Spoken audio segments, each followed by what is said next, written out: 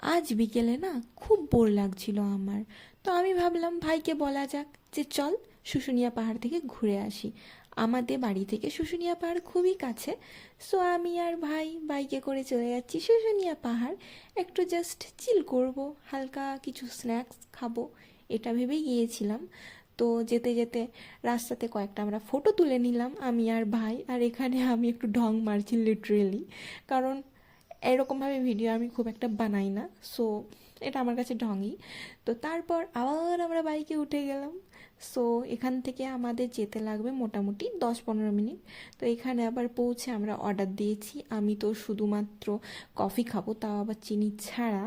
আর আমার ভাই নিয়েছে চিকেন চাউমিন। ওর আবার চিকেন চাউমিন খুবই পছন্দের, আমারও পছন্দের, এমন না যে আমি খেতে পারি না। বাট ওই যে দুশ্চিন্তা যেটা আমি এখন করছি, যে আমি আরও মোটা হয়ে যাব, তাই চিনি ছাড়া কফিটাই আমার জন্য বেস্ট। তো কফি খেতে খেতে আমি এই মনোরম ওয়েদারের উপভোগ করছি। এরপর বলো তোমাদের বিকেল কেমন কাটলো?